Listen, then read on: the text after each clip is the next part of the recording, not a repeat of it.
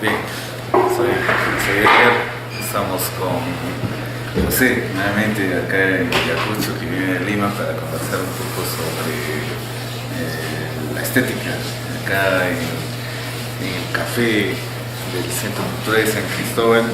Lalos Café es un espacio que se dedica a la parte de expendio de un buen café para los visitantes. Entonces acá nos encontramos con José. Vamos a conversar un poco para el Café Filosófico en Canal 21, que todos los sábados salimos de 7 a 8 de la noche. Bienvenido, José, nuevamente. Muchas gracias, muchas gracias a todos y unas felicidades a los televidentes de tu programa. ¿Qué tal Ayacucho? Bueno, llega como varias veces, ¿no? Ya bastante veces, una ciudad bella. ¿Cuál es el motivo ahora ahí para su visita acá nuevamente? Bueno, estamos dando unas charlas. ¿Hay algo que ver con la estética? ¿Por qué la estética? Cuando hablamos Bueno, yo me he dedicado a cierto punto a esta área de la filosofía, en Lima también, y es un poco el interés respecto a qué es lo bello. ¿Qué es lo bello? Así surge de alguna manera esta rama de la filosofía que se aparta por una parte de las otras dos, ¿no? del conocimiento según Anton y incluso del ámbito ético, para dedicarse a una especie de espacio independiente, ¿no? Por lo menos así lo perfila Immanuel Kant en la crítica del juicio. ¿Por qué Kant es interesante, no solamente por la parte de ética, ¿no? Sino que en algunos aspectos de su vida personal, a él lo llaman el giro copernicano? Ya, bueno, Kant es un filósofo importante desde el punto de vista del conocimiento, porque es el hombre que realiza esa gran pregunta: ¿qué es lo que podemos conocer? Es el hombre que escribe la crítica de la razón pura y por lo tanto hace una especie de síntesis entre la corriente racionalista, liderada por Descartes, digamos así, y los empiristas, ¿no? De acuerdo a esto, desde el punto de vista del conocimiento, Kant lo que hace es una especie de... Immanuel Kant nació en Königsberg, en la Prusia Oriental, en 1724. Su filosofía representa la síntesis superadora de las corrientes empirista y racionalista que atraviesan la Edad Moderna.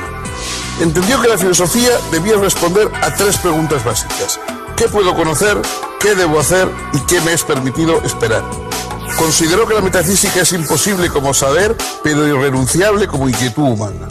De lectura difícil y a menudo árida, su obra no ha perdido vigencia y sigue siendo hoy ineludible para quien quiera avanzar en la reflexión filosófica.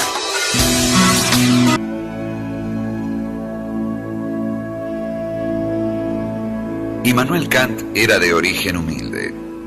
Su padre fue talabartero y solo con enormes sacrificios pudo afrontar los gastos de la educación de su hijo.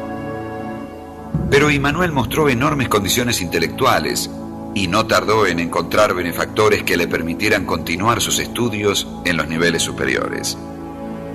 Estudió lógica, metafísica, ciencias naturales, geografía y teología en la Universidad de Königsberg. Al completar sus estudios, se empleó como preceptor en un par de familias nobles y luego ocupó una plaza de ayudante bibliotecario.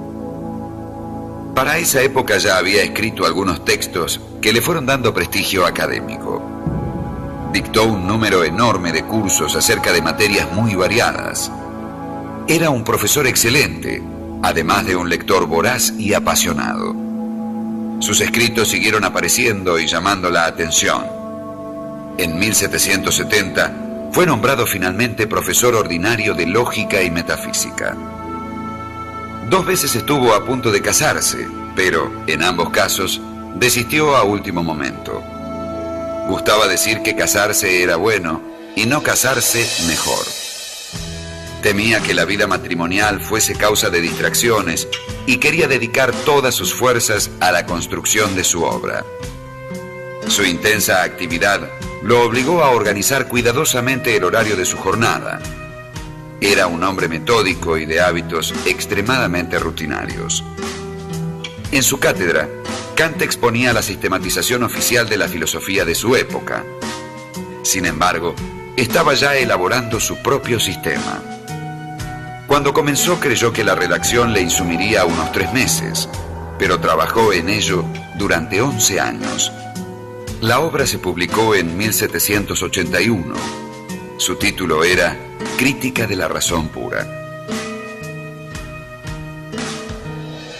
Uno de los temas más debatidos en la filosofía a partir del comienzo de la modernidad es el si recibimos todo lo que sabemos, todo lo que podemos conocer, lo recibimos por medio de nuestros sentidos, o hay algún elemento innato en nosotros, hay algún elemento, digamos, que esté antes, previo a la aportación de los sentidos. Este ha sido el gran tema de debate. Los empiristas más o menos anglosajones como Locke, Hume, etcétera, optaban radicalmente por que todo nos venía como datos de la experiencia. Una línea como la de Leibniz, etcétera, pues sostenía que el entendimiento era previo de alguna forma a también a los datos de los sentidos. Bueno, Kant establece a lo largo de su Crítica de la razón pura un análisis magistral de la relación entre lo que recibimos por medio de los sentidos y lo que aportamos nosotros como estructura de ese material recibido por medio de los sentidos. Es decir, nosotros tenemos ya una organización mental, una organización de nuestras capacidades de comprensión que son alimentadas por lo que recibimos de los datos de los sentidos, pero esos datos tienen que configurarse de acuerdo con las condiciones de nuestra forma de conocer. Es verdad que no conocemos nada sin que los sentidos nos proporcionen datos experimentales, pero es verdad que esos datos experimentales reciben y se configuran de acuerdo con la propia organización de nuestra forma de conocer, que no tiene por qué ser exactamente la única posible. Es decir, piensa Kant, quizá nosotros no conozcamos nunca la realidad en sí, la cosa en sí, lo que él va a llamar el noúmeno. Es decir, ¿cómo son las cosas? Nosotros sabemos lo que las cosas a través de los sentidos nos dan para influir en nosotros y cómo organizamos ese material nosotros. Eso es lo que llamamos conocimiento. Conocimiento es la mezcla entre lo que dan los sentidos y lo que da nuestra estructura de conocimiento. Eso es lo que nosotros podemos saber. Más allá están las cosas que quizá pues, puedan ser vistas por una divinidad o por alguien por el estilo. Nosotros solo podemos ver lo que nuestros sentidos nos dejan ver. Lo mismo que hay sonidos o que hay luces que los humanos no podemos percibir, un perro puede percibir ultrasonidos que no podemos percibir nosotros, etcétera. Del mismo modo, lo que nosotros recibimos está condicionado por lo que nosotros somos capaces de comprender y de organizar. Esa teoría cognoscitiva que resuelve una polémica de siglos es quizá la mayor aportación en el terreno de la epistemología de Immanuel Kant.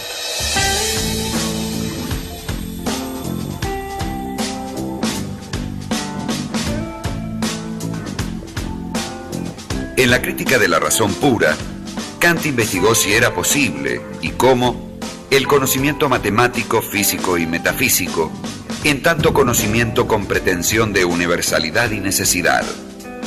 Según él, no debemos considerar el conocimiento desde sus objetos, sino, inversamente, los respectivos objetos desde las condiciones que hacen posible nuestro conocimiento de ellos. Kant llamó a esa inversión giro copernicano, por analogía con el audaz gesto de Nicolás Copérnico que, en vez de considerar que el Sol giraba en torno a la Tierra, pensó a ésta girando alrededor del Sol. Realizar este giro copernicano me permite darme cuenta de que los objetos no son realidades independientes de mí. De hecho, la percepción de un objeto no es una recepción pasiva, sino una actividad. El objeto es constituido por el sujeto como cierta unidad sintética de muchas percepciones. Esta actividad sintética ejercida por el sujeto es lo que hace posible el objeto. El objeto es constituido, pues, por el sujeto a partir de los datos de la intuición sensible. Pero solo en cuanto a objeto, no en cuanto a la cosa que sea en sí.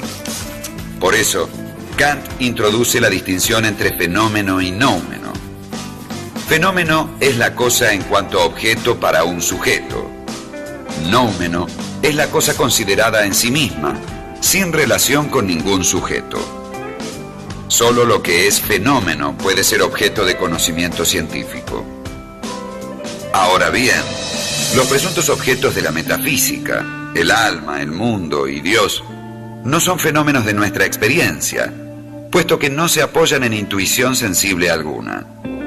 La metafísica, pues, carece de cientificidad, supone un uso inadecuado de la razón e implica razonamientos sofísticos. Pero las ideas metafísicas no surgen, sin embargo, arbitraria o caprichosamente, sino que se originan en la estructura misma de la razón, según Kant. La razón tiende siempre a subordinar cada condición a una condición más general y tiende, así, a establecer sintéticamente una condición incondicionada por horror al progreso al infinito. Esta ilusión trascendental no cesa jamás, pues es natural e inevitable. De tal modo, nunca podremos conocer los presuntos objetos de la metafísica, pero tampoco podremos dejar de preguntarnos acerca de ellos. La metafísica, según Kant, es imposible como ciencia, pero es ineludible como tendencia inherente al hombre.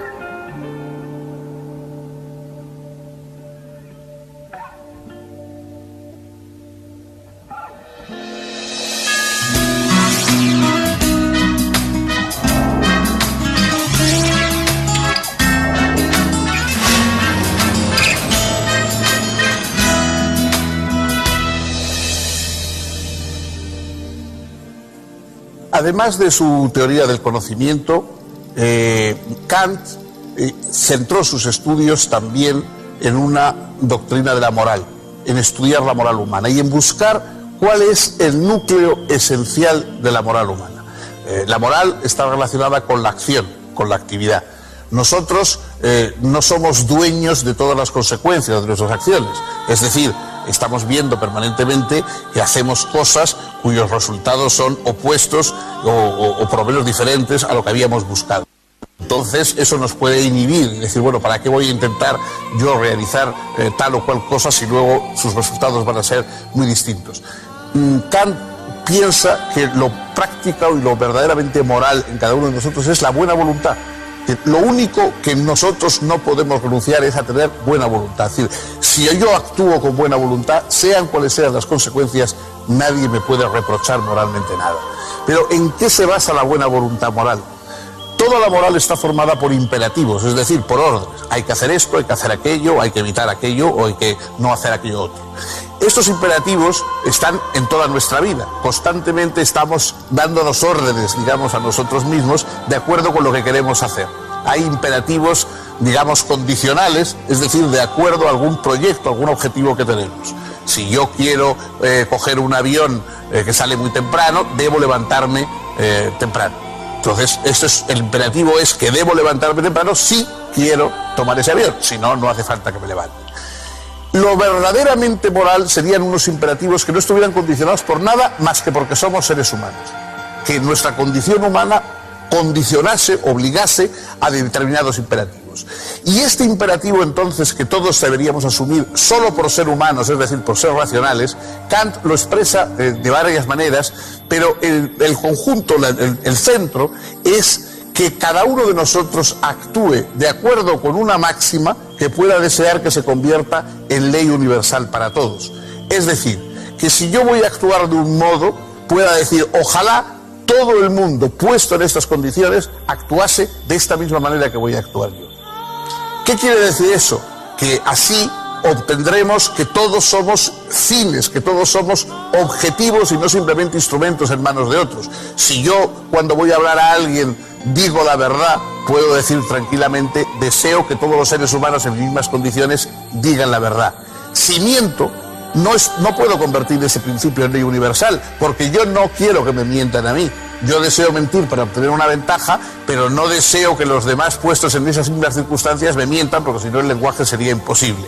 Eso no se puede convertir entonces, la mentira no puede ser base de moralidad, porque es imposible convertirla en ley universal, a diferencia de la verdad que sí puede serlo. Y así ocurre con todos los demás principios. El principio verdaderamente moral es aquel que puede convertirse, que yo puedo desear que sea un principio, una ley universal para todos los demás. Y en ese sentido, los seres humanos nos reunimos en ser fines unos para otros, en estar todos en ese mundo igual de los fines y no ser ninguno instrumento, herramienta en manos de los demás.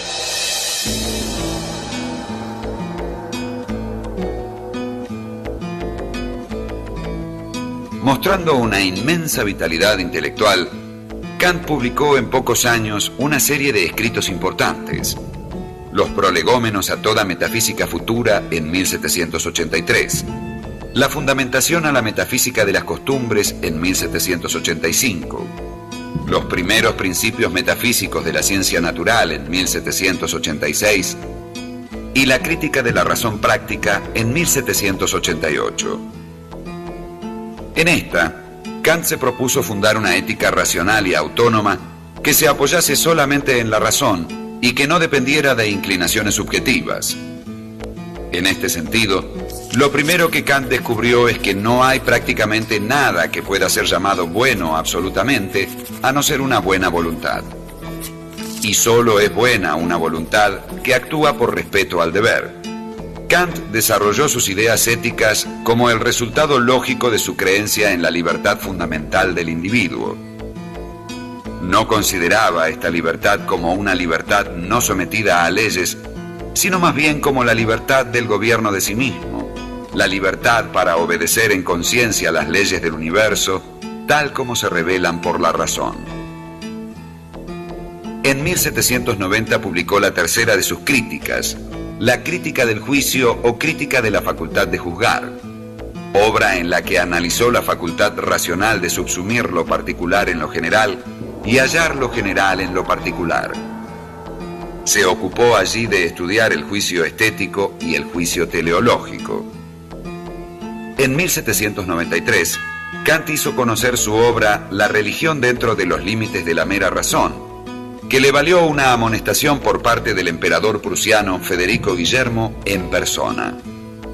Se le reclamó una retractación respecto de su filosofía religiosa si quería evitar dolorosas consecuencias. Kant no autorizó ninguna modificación en su escrito, pero se comprometió de allí en adelante a no hablar de religión, al menos mientras el emperador viviese. En 1795 publicó La Paz Perpetua, obra en la que abogaba por el establecimiento de una federación mundial de estados republicanos. Y en 1797, La Metafísica de las Costumbres, donde expuso su teoría jurídica y política.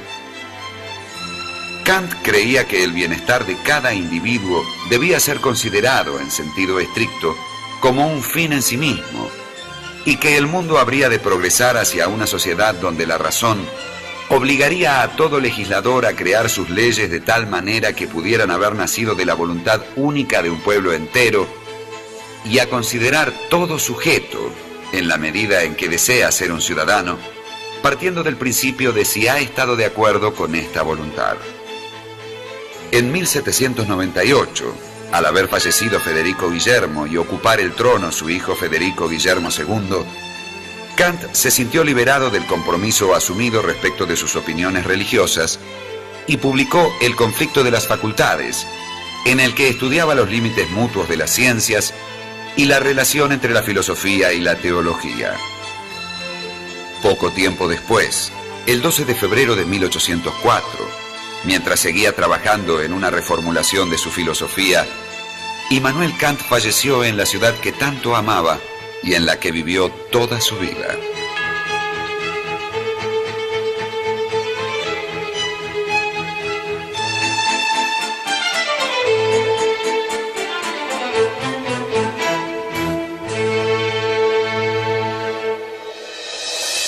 La figura de Immanuel Kant ha sido inmensamente influyente en la historia, digamos, profesional de la filosofía. Si quizá sus teorías, sus doctrinas no han llegado más que mediatamente al gran público, todos los estudiosos de la filosofía lo tienen como una pieza esencial, la que va desde la Ilustración hasta el idealismo alemán, hasta la edad contemporánea. Sin su filosofía sería inexplicable el pensamiento de Hegel, el pensamiento de Schelling, incluso sería inexplicable prácticamente toda la teoría de la epistemología moderna, ¿no? que surge de esas doctrinas kantianas.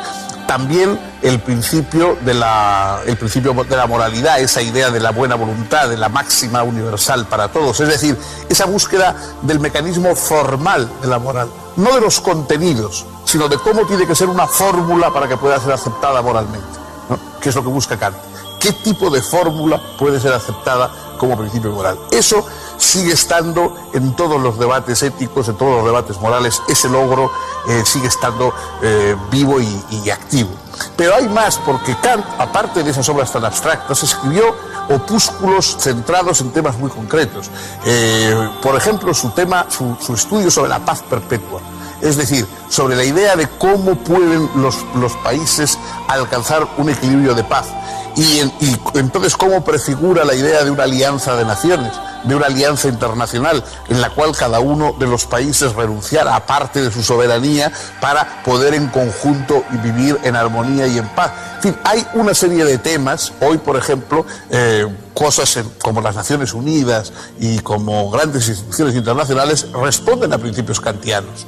Lo sepan o no, hay principios kantianos en todas esas grandes instituciones. Cada vez que queremos que algo se haga universal, que un beneficio, que un logro de la sociedad, etcétera, se conviertan en universales. Cada vez que pensamos que lo importante es que llegue la educación a todos, que llegue la sanidad a todos, que todos colaboremos en el respeto del medio ambiente, es decir, todas esas grandes universalidades que van más allá de los países, de las ideologías, etcétera, estamos ahí respondiendo a una mentalidad kantiana, que Kant explicó extraordinariamente en esa vida tranquila, en esa vida rutinaria, en esa vida nada espectacular, fue estableciendo las bases de las grandes revoluciones intelectuales de la modernidad.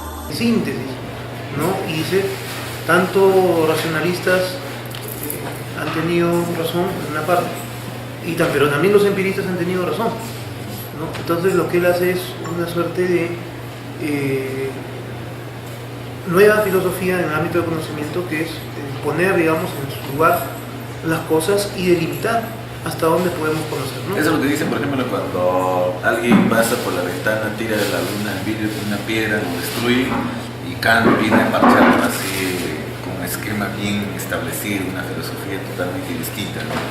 ¿Hasta dónde sí es cierto esa teoría?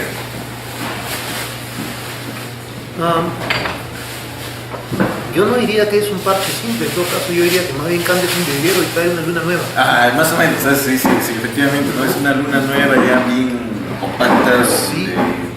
Lejos de pegar el vidrio, digamos, con pegamento, silicona, lo que hace Kant es traer una luna nueva, ¿no? Una luna nueva, claro, hecha de vidrio, llevando un poco la metáfora, pero algo nuevo, una visión dentro del conocimiento, que lo que hace es poner nuevas. Este giro copernicano al que te referías es este giro que consiste en entender que la comprensión del mundo también es parte del sujeto cognoscente. Entonces, no es solamente el objeto, o somos simplemente actores pasivos que captamos pasivamente, sino que el sujeto cognoscente aporta al objeto para poder ser captado, ¿no? Esto dentro del ámbito de lo fenoménico. Y por supuesto el aparato conceptual que les linda bien, ¿no? Entre los conceptos puros del entendimiento, las categorías, ¿no? Y el avance que va haciendo, ¿no? Kant, aquí, por ejemplo, si hablamos de esas teorías, ¿a qué teoría pertenece? Fenomenología, estacionalismo, empirismo, porque finalmente parchó el empirismo. Claro, como te repito, Kant lo que hace es, digamos, no tanto parchar, sino sintetizar. Yo diría más estrictamente, lo que hace Kant es sintetizar el ámbito de lo racionalismo de Descartes y de Leibniz, ¿no? Y de Wolff, ¿no? Toda esa línea, con los aportes de los empiristas, que eran dos corrientes casi irreconciliables, ¿no? Por un lado, los primeros que decían que el conocimiento solo es posible a partir de la razón, los racionalistas, y por otro lado los empiristas que decían que el conocimiento es solo posible a partir de la experiencia.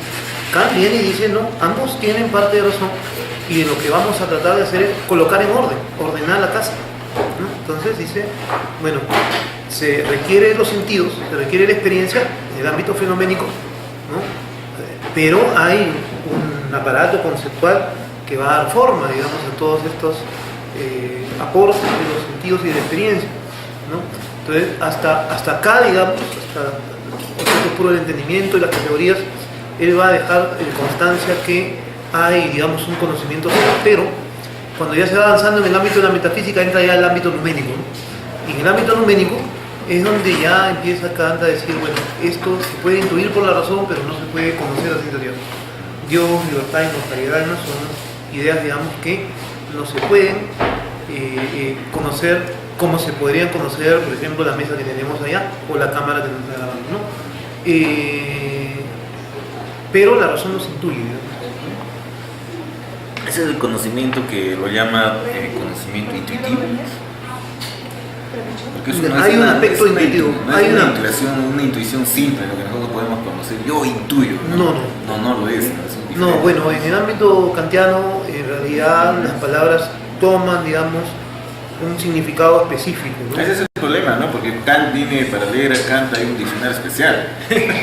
Hay un algo glosario especial, ¿no? Porque es diferente, ¿no? Hay algo como eso, pero yo diría que no es tan necesario el diccionario cuanto el seguirle un poco la pista, ¿no? De lo que quiere decir. Yo creo que con esfuerzo se logra entender la Kant, y es un hombre que ha aportado mucho, ¿no? Yo diría que es, hasta cierto punto, en el ámbito de la estética, que era un poco lo primero que nos oyó, conversar, es el primero que pone la base, digamos, de esta nueva línea que viene a ser la estética en un sentido moderno. Porque anteriormente la estética no es que no existía, la estética existía, pero ligada, digamos, a los ámbitos cognitivos, ¿no? O a los ámbitos éticos, ¿no? Pero Kant le da una especie de esfera independiente a la estética, ¿no? A partir de Kant hablamos de una estética moderna. Así, en otras palabras, ¿cómo se entiende la estética en la filosofía? ¿No? Podemos tener un cuadro, una imagen, no sé, lo estético, lo bello, subjetivo, objetivo, ¿no? Que ya viene una clasificación posterior, ¿no?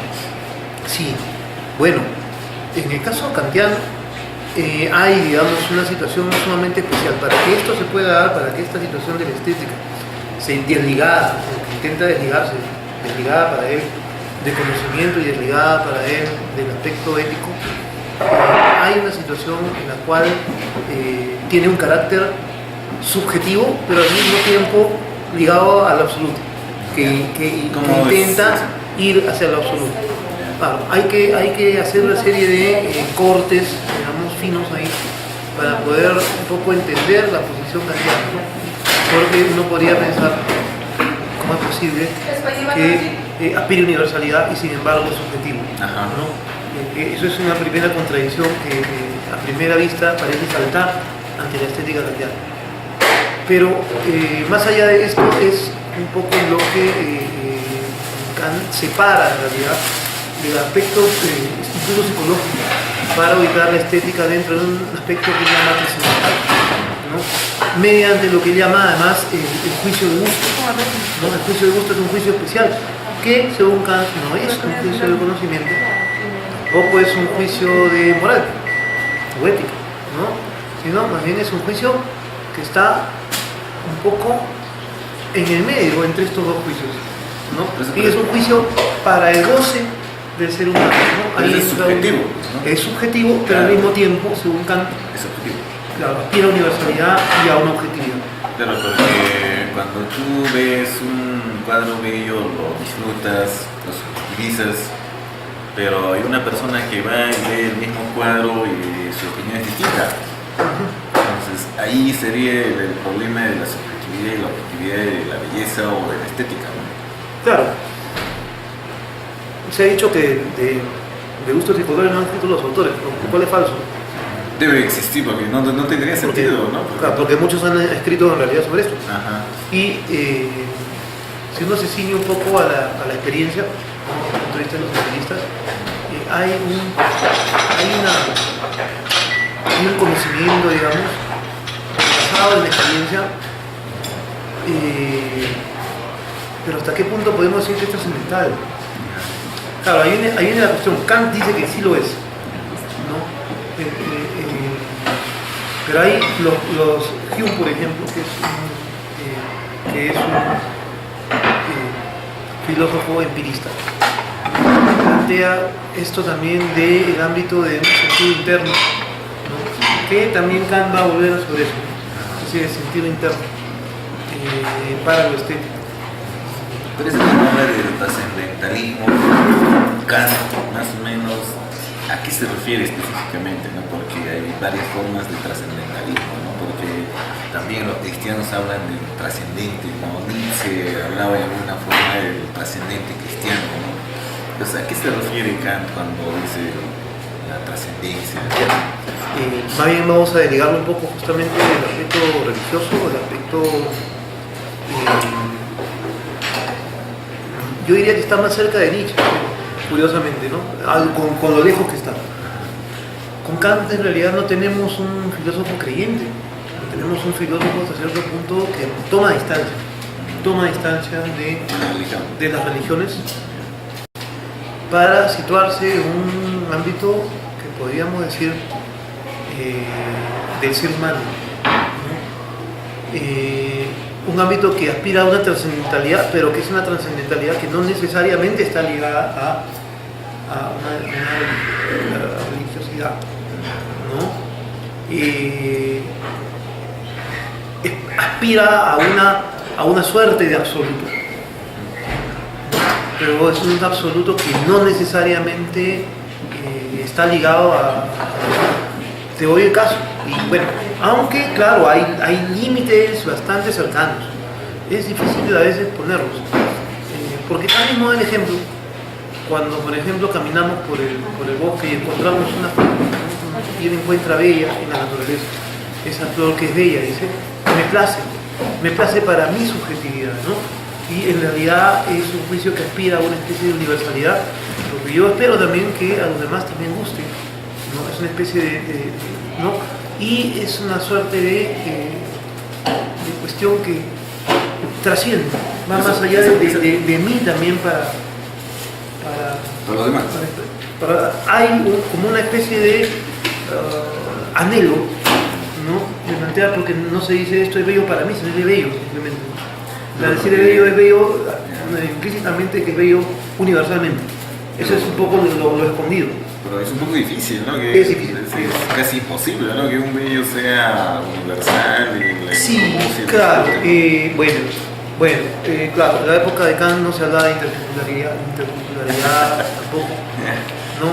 Estamos hablando de un filósofo anterior a 1800, Kant muere en 1801, no recuerdo. Kant conocía a todo el mundo, pero de manera teórica, ¿no? Además, era un personaje sumamente peculiar, porque Kant vive en Königsberg, su ciudad natal, y ahí se queda siempre, ¿no? Pero según se dice, enseñaba geografía en la universidad y describía las calles de Londres como si él hubiera vivido y estado ahí, ¿no? Sin haber estado, simplemente. Sí, porque eso es lo que dicen, ¿no? Que la mayoría, casi todo el mundo se la conocía, les muestra el mapa, así es, esto, es pura teoría, ¿no? Pero cómo gozar de esa belleza, subjetividad, objetividad, ¿no? Que también puede ser casi lo mismo para otras personas, es un poco imposible, ¿no? Es complicado. Yo diría que en realidad, bueno, leyendo a Kant, más de 200 o 200 años después, tenemos que tomar ciertas distancias, ¿no? Pues no se podemos leer a Kant como en su época quizá, ¿no? No había, digamos, todavía había un eurocentrismo muy fuerte, ¿no? Pero yo creo que, de hecho, Europa, y hablando de Europa, ¿no? Europa ha salido para buscar formas nuevas, ¿no? Existe el Nuevo Mundo, ¿no? Existe América, ¿no? Existe África, existe Oceanía, ¿no? Personajes como Gauguin, por ejemplo, ¿no? Estas mujeres aquí, ¿no? Y también hay otros autores que han pintado y descrito Japón, ¿no? O Perú, ¿no? Por supuesto, ¿no? Estas tierras nuestras, ¿no? Donde hay tantos artistas, además, ¿no? Por eso cuando se habla de Kant, mayormente dicen, ¿no? Es el que cambió el proceso de la época de la filosofía alemana, ¿no? Incluso acuñó algunas palabras que no existían y dicen, no, de todo, algunas palabras que vienen de alemán. Entonces, es cierto, pero yo diría que también Kant abre esta nueva cuerda, que es la estética moderna. Antes la estética más bien estaba ligada a o conceptos de conocimiento meramente y o a conceptos morales o éticos. Entonces Kant le da una especie de ámbito nuevo, ¿no? Libertario. Esto es modernidad. En eso Kant es muy moderno, ¿no? Porque ahora vamos a nadie en realidad espera de ver una película que te den un juicio. Cuando hablan de estética no esperan el juicio cognitivo o el juicio moral, ¿no? Sino un poco también de gusto, de disfrutar. Porque, en eso Kant es nuevo. Porque eso es lo que muchos autores críticos de Kant relacionan, ¿no? Por ejemplo, con la belleza de la película, por ejemplo, ¿no? En una función de cine hay cantidad de personas que asisten, pero cada uno se lleva su impresión del contenido, ¿no? Y la interpretación varía. Hasta cierto punto es libre, ¿no? El arte en Occidente moderno, ojo con eso, ¿no? Si nos ponemos a pensar en el arte oriental, por ejemplo, el arte musulmán, eso lo discutía con un filósofo de tiempo. El arte musulmán no hay cabida para una libertad, por ejemplo. No se puede representar la figura humana, ¿no? Está prohibido. Es por cultura, por religión. Por religión. Y el artista musulmán, ¿no? Va contra eso, ¿no? Hasta cierto punto el mandato, si se quiere, moral, está por encima de cualquier ámbito estético, cualquier ámbito de libertad estético. En Occidente no interesa tanto o qué dice el pastor o qué dice el sacerdote, ¿no? Claro, pero también, por ejemplo, los musulmanes también es de su fundador, ¿no? De sus creadores de su religión. Antes de esa cultura, antes de ese personaje, probablemente había otro tipo de estética, ¿no? Porque la estética o la expresión humana del desnudez, ¿no? Del cuerpo humano. Los griegos pensaban esto, pero no los hebreos. No, los hebreos tapaban, ¿no? De hebreo no, y eso fue un gran conflicto en la época que hubo la helenización de Alejandro Magno.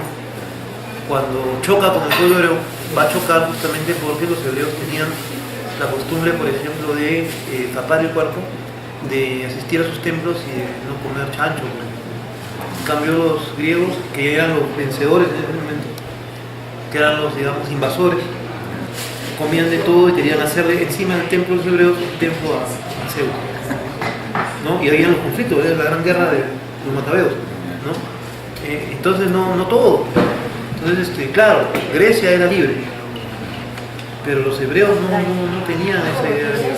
Porque la cultura hebrea se mantiene hasta ahora un poco... Hebreos y musulmanes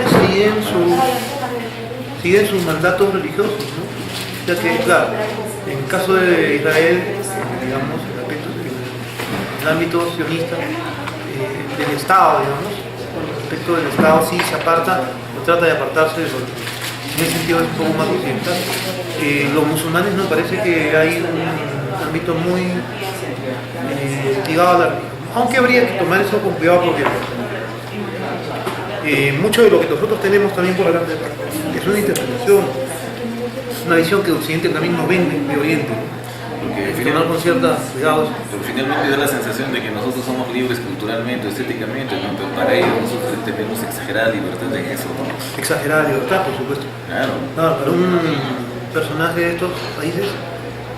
Y yo recuerdo el caso, además, una vez en la exposición que se hizo en Israel, en Jerusalén, por los años 90, finales de los 90, hubo una exposición de guapos eróticos en Israel, en Jerusalén. Y lo de peruanos. Y Israel se quejó, ¿no? Porque era hasta cierto punto impensable para ellos poder tomar esto como una exhibición, digamos. Lo cual acá en realidad de repente puede escandalizar a algunos, ¿no? Algunos moralistas. Uno lo ve si uno lo ve con ojos estéticos, digamos. Es un problema. Ese es el problema, ¿no? Por ejemplo, cuando una persona ve algo, lo que yo hablo es algo erótico, ¿no? Pues hay que ver con ojo estético, con ojo morboso. Depende mucho de la cultura. De la actitud con que, claro, con la actitud que uno va hacia el objeto, digamos, a contemplar. Tiene que ver mucho. Claro, por eso justamente Kant tendría otro problema allí, ¿no? Entonces a Kant le mostramos, por ejemplo, el hueco erótico, ¿no? Entonces, ¿cómo lo va a ver? Claro, bueno, Kant tenía, volviendo un poco acá, Kant tenía una concepción naturalista, ¿no? De la belleza. Él decía que lo bello debe ser como naturaleza sin ser naturaleza. Mira la aparente contradicción. Dice, lo bello debe ser como naturaleza sin ser naturaleza. ¿Cómo es eso? Entonces, el arte, ¿no? El arte debe ser como naturaleza, el arte debe ser como naturaleza, como algo natural, pero sin serlo, ¿no? Pero porque en realidad el paradigma que tiene Kant en belleza es la naturaleza, ¿no? Entonces, aquí hay esta aparente paradoja, ¿no? Porque tú me dices, ¿cómo? Claro, ¿no? El arte debe aparentar ser natural sin serlo, ¿no? El arte, ¿no? Pero entre el arte y la belleza natural, para Kant la belleza natural es superior. Claro, porque finalmente la expresión de la belleza, el arte, es un poco más tergiversado de la realidad. Finalmente la realidad, ¿no? Es la expresión de la misma naturaleza. Entonces cuando uno tergiversa, un poco magnifica algunos aspectos, se vuelve un poco pasado a lo artístico, ¿no? Entonces ahora se divide la belleza medieval, belleza moderna, belleza postmoderna, creo que se habla de la actualidad, ¿no? Bueno, estética, ¿no? En la posmodernidad y en muchas corrientes estéticas ni siquiera se refiere a la palabra belleza. No necesariamente. El arte conceptual también, o sea, las escuelas estéticas, si quieres, las escuelas estéticas no filosóficas, escuelas corrientes, dentro de lo pictórico, dentro de lo musical, ellos cada uno ha ido por su lado. No, muchos ni han tomado en consideración lo que ha hecho Kant. Pero para, digamos, la discusión filosófica en el ámbito de la estética, Kant es un necesario, digamos. Es un imprescindible, sí. Sí. Entonces jalan acá, hablamos de moda, de ver, de la belleza estética, es un referente necesario. Porque de ahí vienen los orígenes. Ahora, el problema es que Kant, ¿en qué se basa? Porque no hace referencia a los predecesores. No, sí. Si uno lo revisa con atención, Kant era un personaje sumamente vinculado parece que se escribía mucho con los filósofos de su época. Y estaba muy al día de todo lo que habían escrito muchos otros filósofos. Uno lee referencias a Wolff, a Christian Wolff, uno lee referencias a Leibniz, uno lee referencias a Berkeley, uno lee referencias a Hume, lee referencias a Chartesbury, lee referencias a un sinnúmero de personajes casi desconocidos, digamos.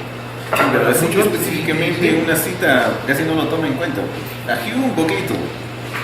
Sí, uno tiene con cierta atención, va a encontrar las referencias. Sí, Kant era un personaje bastante al día, digamos. Era un tipo muy al día. Y llama la atención lo al día que estaba viviendo en un pueblo tan alejado como Königsberg. Eso era un poco lo raro esto, ¿no? Hay una gran capital, vive en un pueblito, Königsberg, que nunca salió de ahí. Y sin embargo, conocía, parece que por cartas, parece que por viaje, de los viajeros que llegaban, parece de haberlos interpelado, ¿no? Muchísimo, preguntado, ¿no? Almorzado, comido con ellos. Eso es lo que dicen los biógrafos, ¿no? Ahora que estás leyendo los libros dicen, ¿no?, que Kant le gustaba pasarse horas y horas con los viajeros, ¿no? Claro. Conversar, Claro. ahí una especie de una tertulia, ¿no? El almuerzo siempre está acompañado de grandes personajes, ¿no? Lo que nos falta ahora, ¿no? Claro, pues que tomamos un café, pero a veces pasamos de los chismes más baratos de lo que podíamos hablar realmente, ¿no? Entonces, sí, Claro, bueno, el problema, la ventaja de Kant, digamos, la ventaja un poco de los antiguos es una ventaja, yo creo, ¿no? No estaban rodeados de tanta tontería televisiva. El problema es que ahora vivimos en una sociedad en la cual la tontería televisiva es bulle, ¿no? Si no sabemos limitar esta digamos, oleada de idiotización, por llamarle, nos lleva, ¿no? Bueno, entonces Kant me parece que tuvo esa ventaja, ¿no? Entonces, Kant y otros podrían de repente dedicarse más al pensamiento, más a la conversación, más al diálogo, tomar la vida más naturalmente. Entonces, claro, no digo que no haya habido problemas, había muchos problemas. el detalle también que Kant no se interesó mucho por el problema, ¿no? Sino que llevaba más al apaciguamiento, a esa tranquilidad, a esa quietud de la vida donde todo debe estar un poco... Pues era lindo. Yo creo que ese nivel, digamos, ya ha trascendido. Pero vayamos con la cultura de la guitarra García Serra. ¿No te parece que la música que escuchamos es un tanto deprimente? No, Melancólico.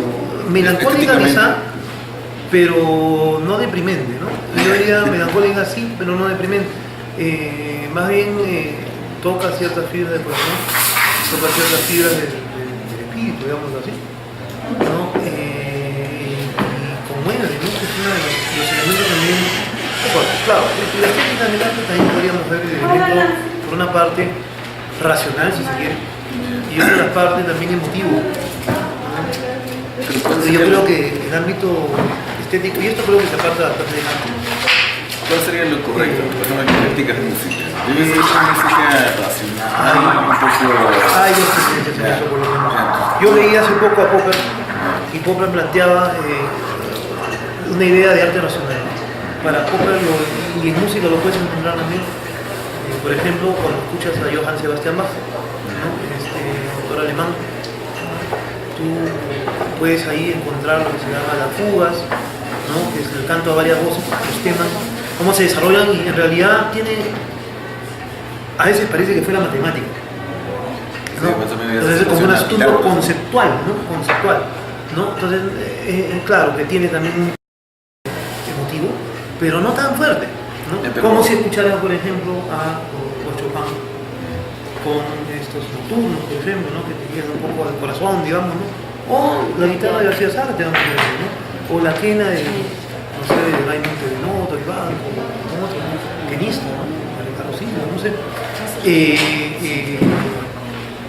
Hay posiciones, ¿no? Hay la posición racional y hay una posición emotiva, ¿no? Dentro del arte. Pero por eso Están a veces en lucha, no creas. Para ¿no? yo entender la música de Bach, por ejemplo, tengo que tener cultura musical para entender la belleza, porque finalmente yo escucho música y ese tipo de Sí. música simplemente a mí resultaría aburrida, ¿no? Sí, Entonces a eso iba, ¿no? Porque Sí. este cartel dice, No, ¿cuál es la música Es, identifica, no? es una situación, digamos, bueno, pero ahí entramos ya en el ámbito educativo, ¿no? La situación ciertamente de abandono. Por ejemplo, lamentable, en el Perú prácticamente no hay cultura musical, porque no se dedica, ¿no? Se considera una cosa secundaria. En realidad no es una cosa secundaria, es una cosa más bien necesaria para articular. Sí, a muchos filósofos le ayudó la existencia misma de su autoiluminación, la música. Por ejemplo, Nietzsche.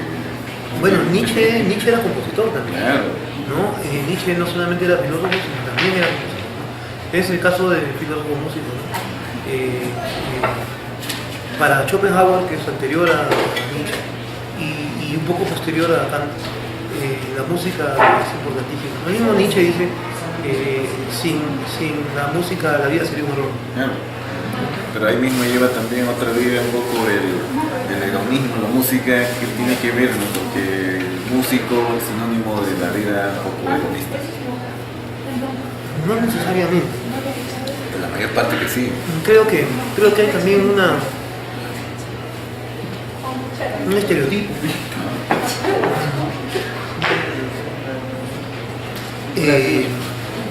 Hay estereotipos dentro de lo que es el arte. Porque acá en Ayacucho, por ejemplo, una persona que ejecuta la guitarra es sinónimo de parranda. Bueno, puede serlo también. No necesariamente tiene que estar ligado, pero puede no serlo. Porque es que el problema de la música es la estética lo jala la moda, el sentimiento, el fracaso. Hay todo. Bueno, de repente Bueno, también la no mayor parte necesariamente es eso, ¿eh? es un problema, también puede ser una virtud. Ya la capacidad emotiva de la música es increíble, ¿no? Pero yo lejos de verlo como un problema, más bien lo veo como una situación interesante de analizar. Platón es muy consciente de esto en República, la República trata mucho, yo diría que la República es un tratado también fundamentalmente de música también y de educación, claro, y política. Él dosifica aquellas formas que deben ser enseñadas al ciudadano que pretende que salga de la República, ¿no? Para la República que plantea.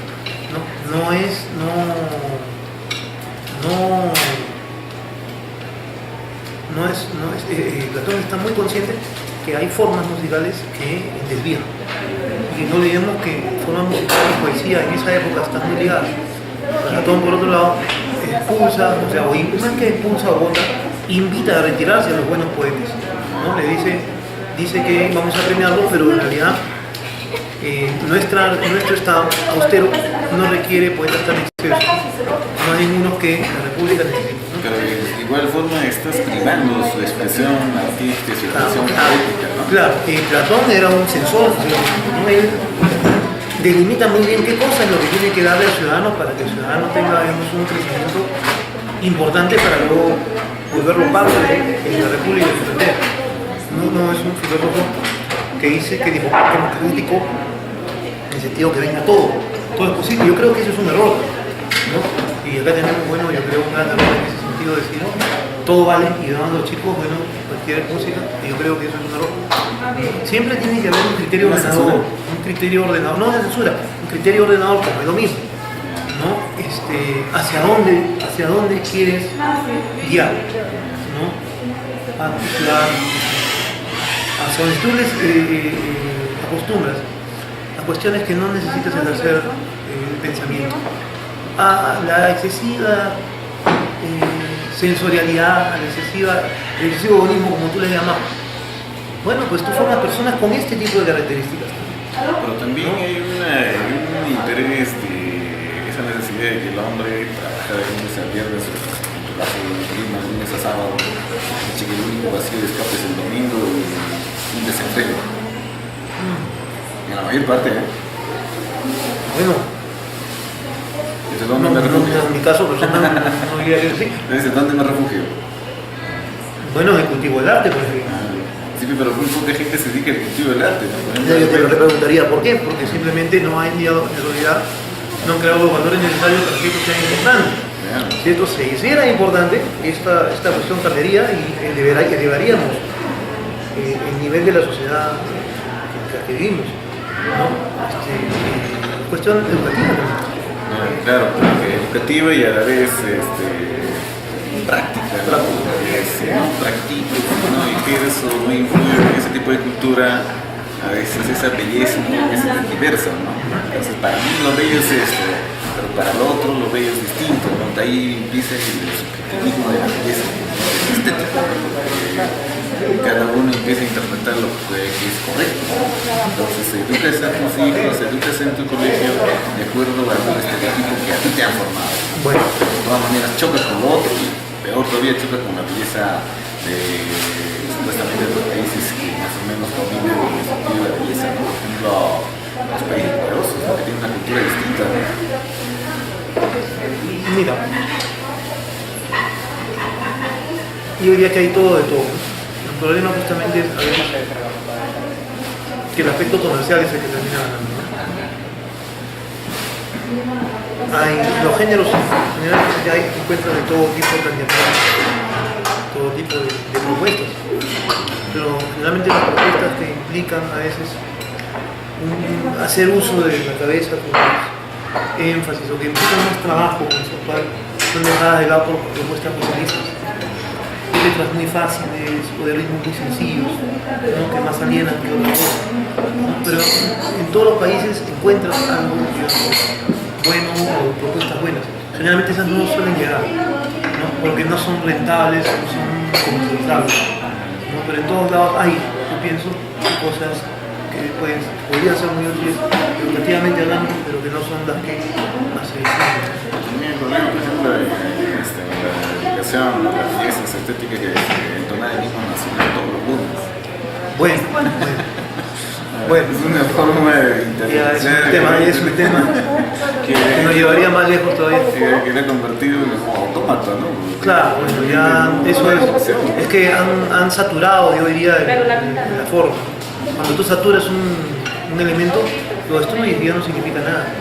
Además, eso que de tanto tocarse puede ser destruido, ¿no? Vaciado de contenido y significado.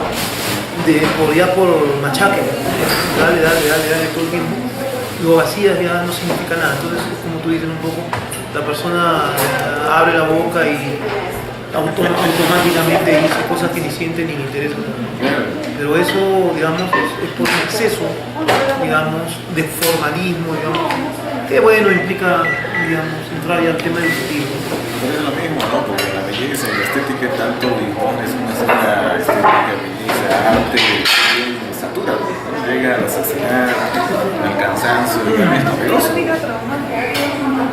Vayamos nada más acá, ¿no? Por ejemplo, venimos a este ambiente, ya este cuadro vemos una y otra vez que se modificaran o cambiarían el esquema, la ubicación, la estética cambia, varía, ¿no? Porque también viene ahí, por ejemplo, el músculo de la belleza en la forma de vestir, en la forma de vivir, en el cuarto que tú puedes adornar, ¿no? También es parte de eso, ¿no? El mismo peinado, Podría ser. ¿no? O no es que está ajeno a la estética. No, yo diría que no, sí tendría que haber, pero creo que ya estos ámbitos nos llevarían más lejos. Eso de el detalle en el caso, por ejemplo, de otros filósofos que toman en cuenta la estética. Hay más. Schopenhauer, Nietzsche, hay muchos Pero eso es casi de su época. de su época, hay otros también, ¿no?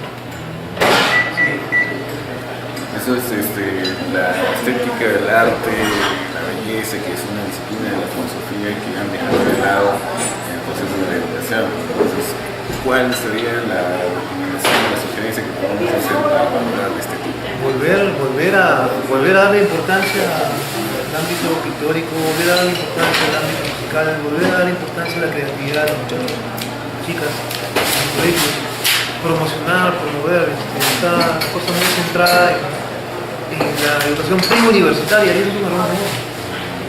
Pero una vez siempre universitaria, porque cuando se llama pre-universitaria parece que todos están educándose para ser universitarios. Exactamente, porque a eso hemos llegado. Eso no debería ser así, en mi opinión, ¿no? Nuestra opinión debería ser diferente. Nosotros debemos formar a las personas como personas, no formar a los universitarios, ni preuniversitarios, eso es una tontería.